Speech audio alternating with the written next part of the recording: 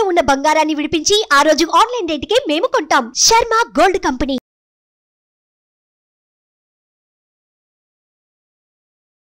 నమస్తే, నేను మీ జాహ్నవి. మనతో ఉన్నారు ప్రముఖ జ్యోతిష్య వాస్తు పండితులు, జ్యోతిష్య వాస్తు శిక్షణ నిపుణులు, లలిత ఉపాసకులు బ్రహ్మశ్రీ నానాజీ పట్నాయక్ గురువు గారు.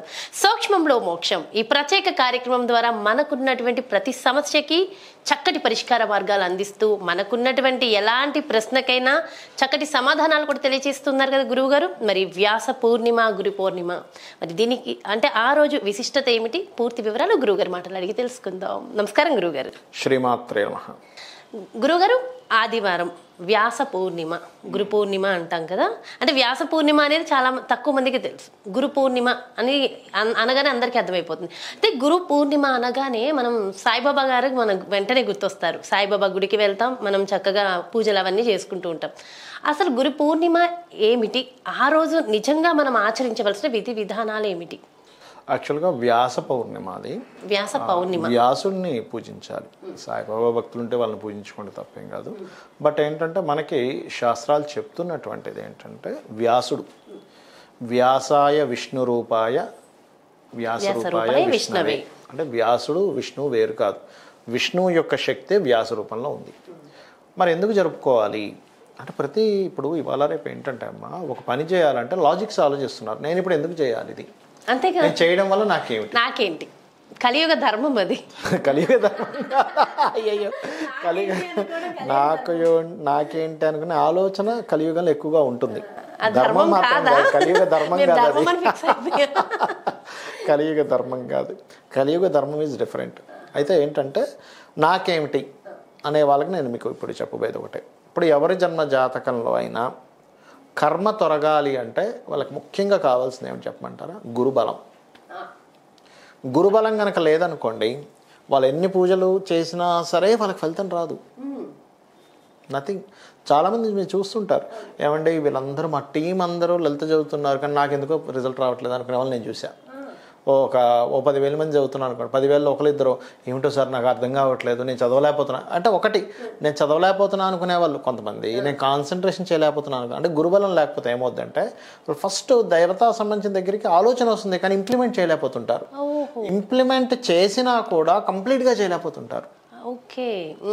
ఈ వ్యాస పౌర్ణమి చేసినప్పుడు ఏమవుతుందంటే మీకు కర్మ తొలగుతుంది. ఎందుకు కర్మ తొలగాలండి వ్యాస పౌర్ణమికి అంటే, పౌర్ణమి మనకి ప్లానెటరీ పొజిషన్స్లో ఎక్కడెక్కడ ఏ ప్లానెట్స్ ద్వారా వస్తుంది ఈజ్ మోస్ట్ ఇంపార్టెంట్.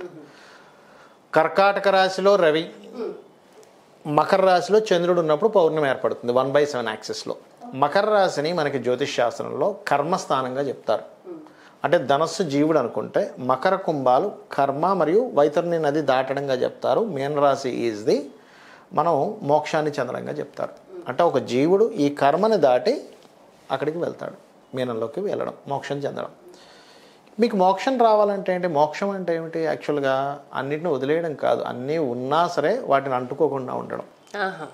మోక్షం అంటే ఏదో చనిపోయిన తర్వాత వచ్చేది కాదు. చాలామంది ఏమనుకుంటారంటే చచ్చిపోయిన తర్వాత వచ్చేది మోక్షం అనుకుంటారు. కాదు, చనిపోయిన తర్వాత మోక్షం వస్తుంది అలా కాదు. మీకు వచ్చేది ఏంటంటే అన్నిట్లో భగవంతుడిని చూస్తూ, దేనికి మనం కంగారు పడిపోయి నాకు ఇది కావాలి, ఇది పోతుందేమో, ఇది నేను పోగొట్టుకుంటానేమో, ఇది నేను అంటే మిమ్మల్ని నేను వైరాగ్యంగా ఉండడం అనేటువంటిది డిఫరెంట్ థింగ్. దేని మీద మీరు ఇంట్రెస్ట్ లేకుండా ఉండమని నేను చెప్పట్లే. మీ పనులన్నీ మీరు చేస్తూ దేనికి అంటుకోకుండా ఉండాలి, దట్ ఈజ్ మోక్ష. ఓకే.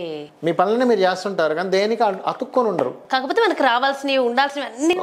ఒక రన్నింగ్ చేస్తాడు ఒక వ్యక్తి, అంటే చిన్న ఎగ్జాంపుల్ చెప్తాను చూడండి. ఒక 100 మీటర్స్ రన్ ఉంది, జస్ట్ రన్ చేస్తే ఎంజాయ్ చేస్తాడు. గెలవాలా గెలవకూడదా, గెలిస్తే ఏమవుతుంది గెలవకపోతే ఏమవుతుంది ఏమో ఆలోచించరు. జస్ట్ రన్ చేస్తే ఎంజాయ్ ఎలా చేస్తామో అట్లాగే మన పనులు మనం చేసుకుంటూ దేనికి అంటుకోకుండా ఉంటే దట్ ఈజ్ మోక్ష.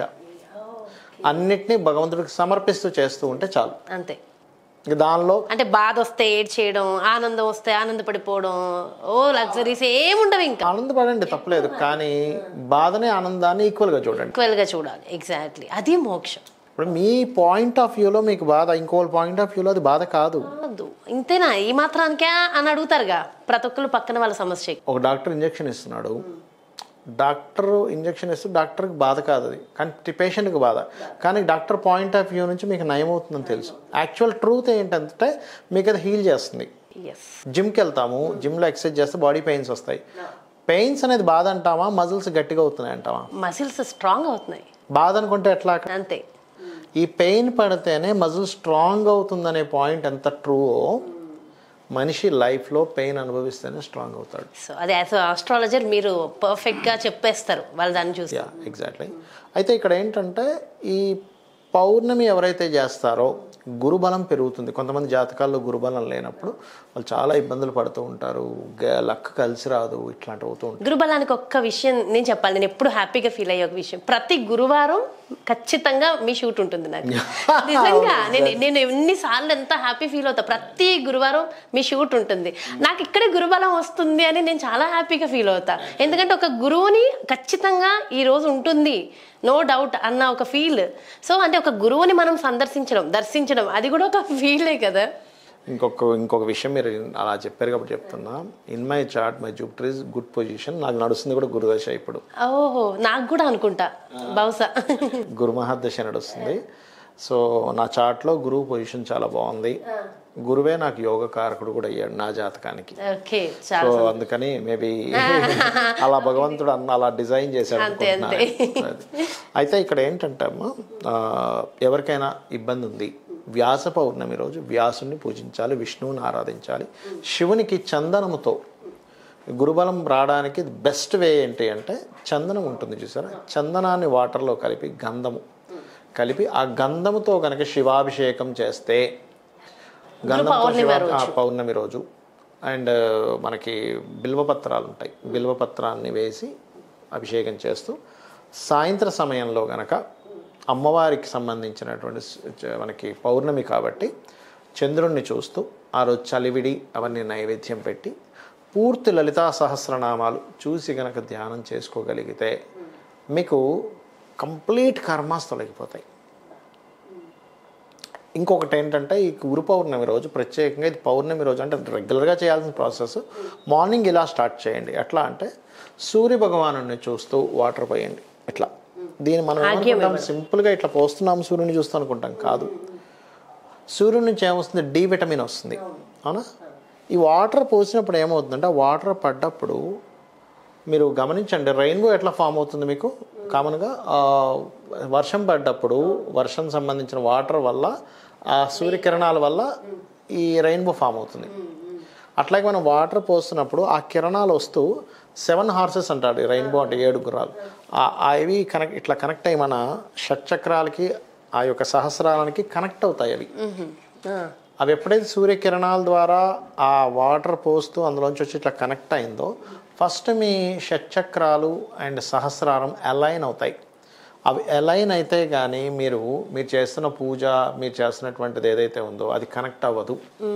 అలా ప్రారంభించి, అందుకే మీకు ఉదయం పూట సూర్య నమస్కారం చేసుకోమని చెప్తారు. అలా ప్రారంభించి మీరు కనుక వెళ్తున్నట్లయితే అద్భుతంగా ఉంటుంది. సో ఖచ్చితంగా అంటే ఇది ప్రతిరోజు చేయడం మంచిది. ప్రతిరోజు ఖచ్చితంగా చేయాలి. గురు పౌర్ణమి రోజు అలా ప్రారంభిస్తే, ఆ రోజు ఆదివారం వచ్చింది, ఆదివారం ఒకటైంది అండ్ పౌర్ణమి ఏర్పడింది, వ్యాస పౌర్ణమి, అది కాకుండా ఇట్లా ప్రారంభించండి. సో ఆ రోజు నుంచి మొదలుపెట్టి కొంతమంది 11 రోజులు 21 రోజులు దీక్షలు కూడా చేయాలనుకుంటూ ఉంటారు కదా. సో అలా కూడా అనుకుని చేయవచ్చు. చేసినట్లయితే ఖచ్చితంగా మీకు గురుబలము, చంద్రబలము, పౌర్ణమి రోజు చేసిన శివుడికి కూడా అభిషేకం, శివాభిషేకం ఎందుకు అంటే మీకు ఏదైనా ఒక వర్క్ కంప్లీట్ అవ్వాలంటే ఈశ్వరానుగ్రహం ఉండాలి. అది సాయంత్రం సమయంలో చేయాలి గురుగారు? మార్నింగ్ టైం శివుడు అభిషేకం చేసుకోండి, విష్ణు సహస్రనామాలు చదువుకోండి, వ్యాసుని నమస్కరించుకోండి, కాసేపు ఓం వ్యాసదేవాయ నమః అనుకున్నా సరిపోతుంది, కాసేపు జపంలా చేసుకోవచ్చు. నైట్ చంద్రుడిని చూస్తూ ఈ యొక్క లలిత సహస్రనామం చేసుకుంటూ పరమాన్నం నైవేద్యం పెట్టి, పరమాన్నము చలివిడి నైవేద్యం పెట్టినట్లే అద్భుతంగా ఉంటుంది. అబ్బా, అసలు పర్ఫెక్ట్ రెమెడీస్ చక్కగా క్లియర్గా చెప్పేశారు. థ్యాంక్ యూ సో మచ్ గురువు గారు. శ్రీమాత్రే నమః. ఎస్, వ్యాస పూర్ణిమ, గురు పౌర్ణిమ, ఆ రోజు మన జీవితంలో ఉన్న ప్రతి ఒక్క కోరిక, ఒక్కొక్క మనిషికి ఒక్కొక్క కోరిక ఉంటుంది కదా. అది ఎలాంటి కోరికైనా సరే నెరవేరాలి అంటే ఆ రోజు ఉదయం ఏ విధి విధానాల ప్రకారం జరుపుకోవాలి, సాయంత్రం ఖచ్చితంగా అంటే రాత్రి సమయంలో ఆ పూర్ణిమని ఎలా జరుపుకోవాలి, డీటెయిల్డ్గా చక్కగా మనం ఆచరించవలసిన విధి విధానాలు, పరిహారాలు ఎక్స్ప్లెయిన్ చేశారు కదా గురువుగారు. డెఫినెట్గా ఇవన్నీ కూడా ఫాలో అయ్యి ఆ రోజు సూర్య భగవానుడికి కూడా మనస్ఫూర్తిగా మనస్ఫూర్తిగా నమస్కారం చేసుకుని మీరు అనుకున్న ప్రతి కోరిక నెరవేరుతుందని మనస్ఫూర్తిగా కోరుకుంటూ మరో ప్రత్యేకమైన కార్యక్రమంతో మళ్ళీ మీ ముందుకు వచ్చేస్తాను. మరి అలాగే మీ యొక్క జాతకానికి సంబంధించి కానీ లేదంటే మీ ఇంటి వ్యాపార వాస్తుకు సంబంధించి కానీ గురువు గారిని సంప్రదించాలి, అపాయింట్మెంట్ కావాలి అనుకుంటే అసలు ఆలస్యం చేయొద్దు. వెంటనే క్రింద డిస్ప్లే అవుతున్నటువంటి నెంబర్స్కి కాల్ చేయండి, అపాయింట్మెంట్ తీసుకోండి. నమస్తే.